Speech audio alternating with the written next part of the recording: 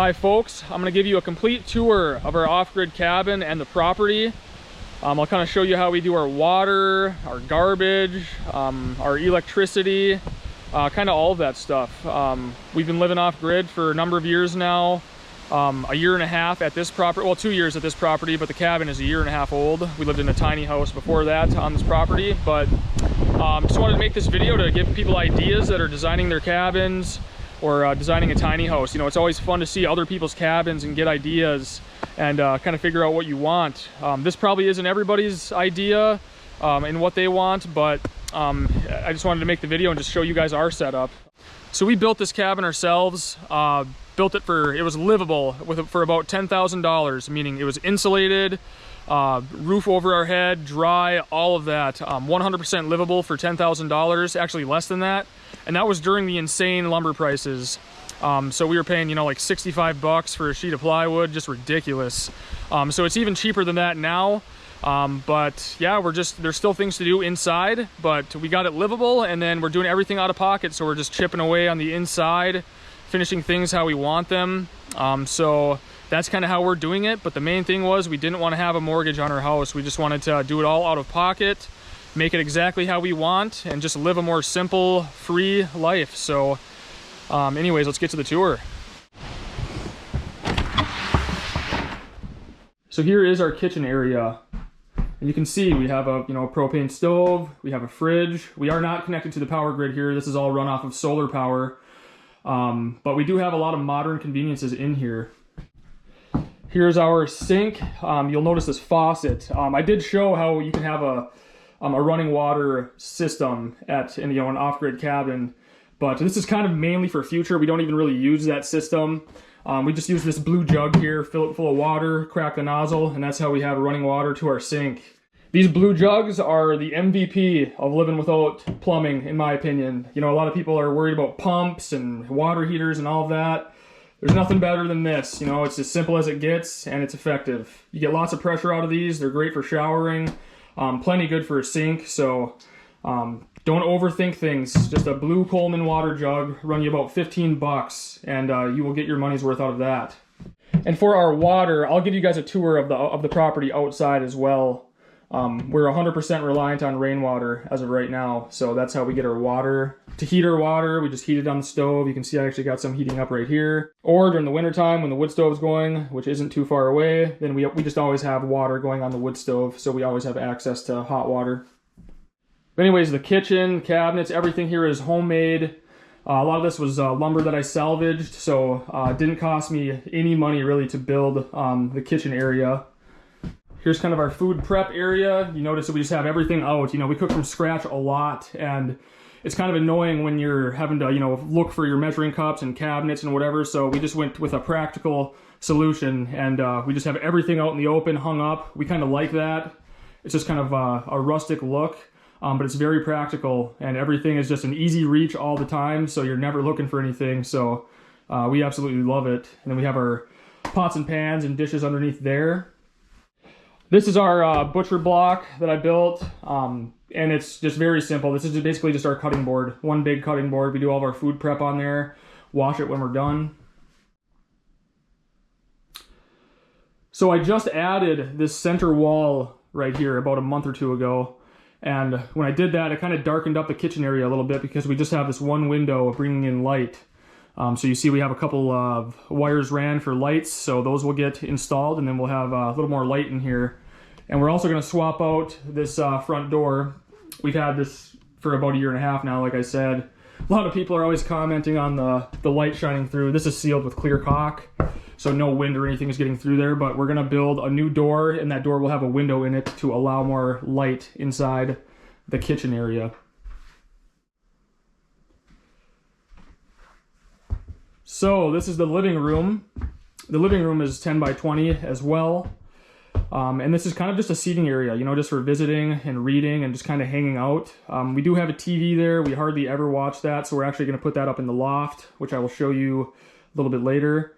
But it's a 10-foot by 20-foot living room. This might be small for some people, but honestly, this is just a seating area, just a place to kind of chill and watch the wood stove. Here is our dining room table. And then this is a indoor safe, vent-free propane heater, and it's hooked to a 100-pound propane tank outside. And the reason we have that is for when we leave during the winter time, we can keep this heater on the lowest setting, and it doesn't use much propane, but it keeps the cabin at about 45, 50 degrees, depending on the outside temperature. That way, when we come back, if we're gone for a day or two, the cabin isn't totally froze up. I've done that a lot, come back to a totally froze up cabin, and it takes a long time to get the cabin up to temperature. With the wood stove, it takes hours. So by keeping it at that 45, 50 degrees, we can come back, light a fire, and it's pretty comfortable in here in about 15 minutes, so that's why we have that. That's our secondary heat source. We just have that for when we leave, basically. This is a futon. This folds out into a bed for guests. We have this blanket on here because we have a dog that tracks in a lot of dirt. Here's the wood stove. This is our primary heat source. So we burn firewood all winter for heat. And then all these stones are right from the property here. So I just cemented them in. Always kind of wanted to do that. And that way all the rocks, they're all representative of the land. So I always wanted to do it that way. And I'm pretty happy with how it turned out. Here's the TV area. We have a little bookshelf underneath, but I think eventually we're going to make this a bigger bookshelf. And that's about it for the living room area. Just a wall here. And then this wall, Sierra is decorating with kind of vintage pictures, woodsy pictures. So we get these at garage sales, thrift stores, you name it. And so this is all going to be filled with pictures eventually. Here's a couple more that we just got that we got to hang up. But there you go. This is what you see when you walk inside the doors. You walk into the kitchen, living room's over here. These stairs go up into the loft, which I will show you guys later. But let's head back here. So back here we have kind of a mini hallway with a few rooms. We'll go into the bathroom first. This is our bathroom. Nothing too fancy, just some toiletry items here. This is Sierra's toilet. So there's a 5-gallon bucket underneath this toilet seat. And then I have a little access door right here. Anyways, with the way this works is it runs completely off of sawdust. So when you're done going, you throw sawdust on there. When that fills up, I take it out and I dump it in a hole, and that's it. It's about as simple as you can get. There's no odors whatsoever. You'd be surprised how well this toilet works. Sierra actually loves it. So I don't use this toilet. I have an outhouse that I use, and but anyways, it's nice for her. That way she doesn't have to go outside every time she has to use the bathroom. And like I said, she likes it a lot. So look into these sawdust toilets if you're looking for an off-grid solution. Here is the shower, just a shower head there. It's got an on-off. This stuff is basically for future. We never use this. Actually, the way to shower, and still my favorite way, I like it better than a regular shower, honestly, is taking that blue Coleman jug, heating up my water on the stove or the propane stove or the wood stove, and then just setting that jug up on a ladder outside, cracking that nozzle, and that's an awesome way to shower. And you do get really good water pressure out of those Coleman jugs. And there's no pumps, no water heaters, nothing. It's about as simple as it gets, and it's a pretty good shower. So this room here is our mechanical room, basically. Also kind of a pantry, so we have some food in here. We do have a chest freezer that we run, and here's our solar battery system. This is an EcoFlow system, so it's a complete kit. And these 2 batteries are what runs the entire cabin. So we have 4 circuits that run the entire cabin. Runs the fridge, chest freezer. All we have is LED lights. And yeah, we don't really use a whole lot of power. It's basically just lights, charging our phones on, an outlet. So anytime we're using anything big, we use the generator. Anyways, 4 circuits is plenty for us in this cabin. So here is the water setup. Like I said, we don't even use this. We're kind of waiting until we get a well.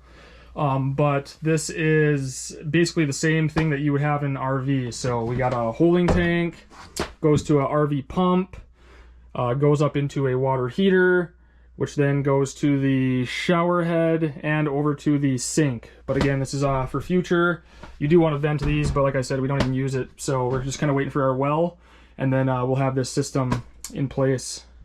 So here is Sierra and I's bedroom. It's 10 foot by 12 foot, so pretty small. Not a whole lot to see here. We basically just have a bed, a couple nightstands, and then, you know, some laundry baskets, and then a dresser for our clothes.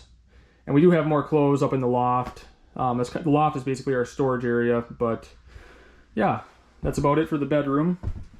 Let's head up into the loft. The loft area is just storage right now. So it's a full loft, goes the full length of the cabin, and it's just, right now it's just storage, so a lot of winter clothes, camping stuff. But eventually I'm gonna build a center wall down the middle, and that will provide 2 bedrooms, so when we have kids, there will be bedrooms up here, and we'll finish it off really nice. And by the time that happens, I'll probably have a garage, so that's where all of this stuff will go. So not much to see up here. It is just storage right now, but it's definitely nice having a full loft.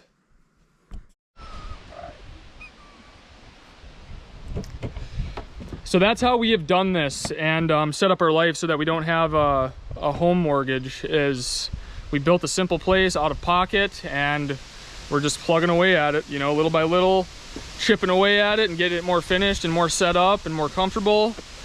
So that's how we've kind of done it. So if you're looking to do something similar, hopefully this gives you some ideas. But I'll give you guys a tour of the outside property now. Here are the solar panels. These solar panels are going to go, I'm going to build a slanted roof off the front of this, and then those panels will go up on top of that roof, because this is the front of the cabin faces south. It's cloudy today, but this gets the best sunlight on the property right here, so that's where the panels are going to go. But they've been working pretty well just like this for 1.5 years now. Here is the rain barrel, so we collect rainwater from the gutter up here, and then I got this little nozzle on here. So the stock pot is a pretty important tool on the homestead, because this is how I haul all of the water around. So anytime we need water inside, I just come out, crank that nozzle, fill this up, carry it to where I need it. So we've had a stretch of cloudy days, so I have the generator sitting out right now, but when our batteries get low inside, I just charge them off the generator here. So that's what we got to do when we have a stretch of cloudy days, which we've had for a while now.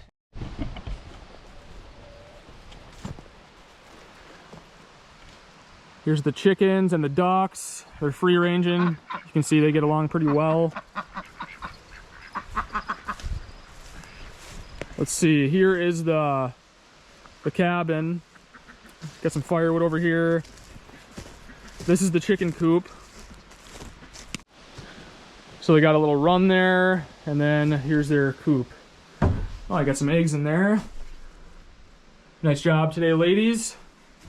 So with every building on here, I built myself, and I have videos on all of this stuff. So if you want to get ideas, not saying it's the right way to do it or anything like that. I'm not a carpenter, I'm not a builder.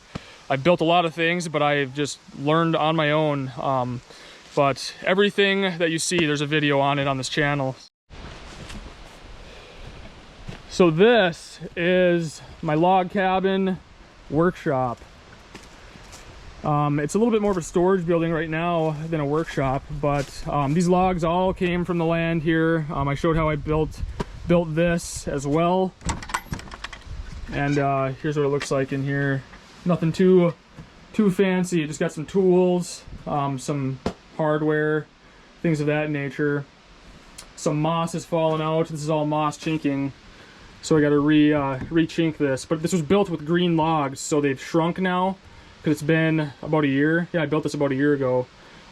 So they were totally green logs, so they have shrunk a little bit. That's why some of the moss has fallen out in parts. But the nice thing about moss chinking is it's 100% free, so I'll just stuff some more in there before winter, and we'll be good to go. Here is the outhouse.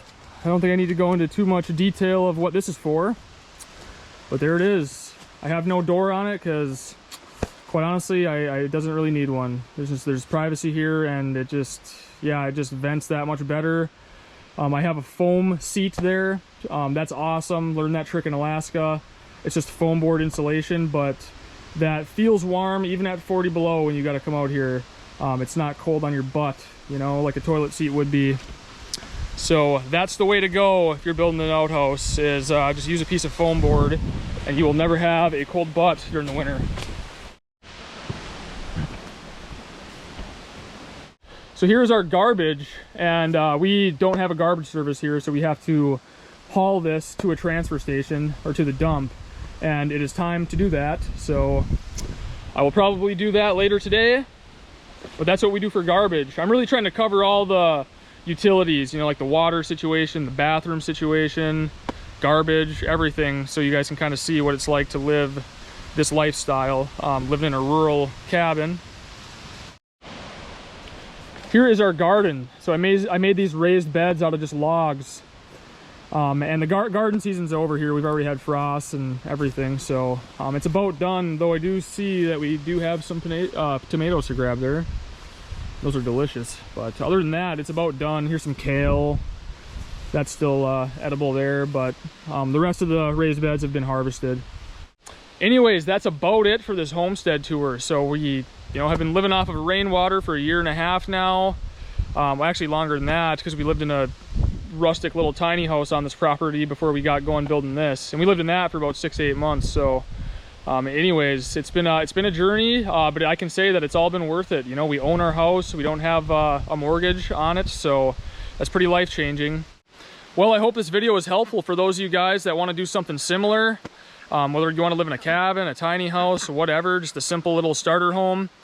Just wanted to show you guys how we've kind of done it, how we went about it. It's probably not everybody's thing, but this is just a path in life that we took. We wanted to live a little bit more financially free, and not live on society's terms. We wanted to live on our own terms, basically. So that's kind of how we've set our life up. So anyways, hopefully this gives people ideas. And yeah, I appreciate you guys watching. Stay tuned. Sierra and I, we also have a log cabin that I built about 4 years ago, and we're going to be spending a majority of the winter out there. So if you want to tag along for that, stick around and you guys can follow that adventure. But anyways, I appreciate you guys watching, and I will see you soon.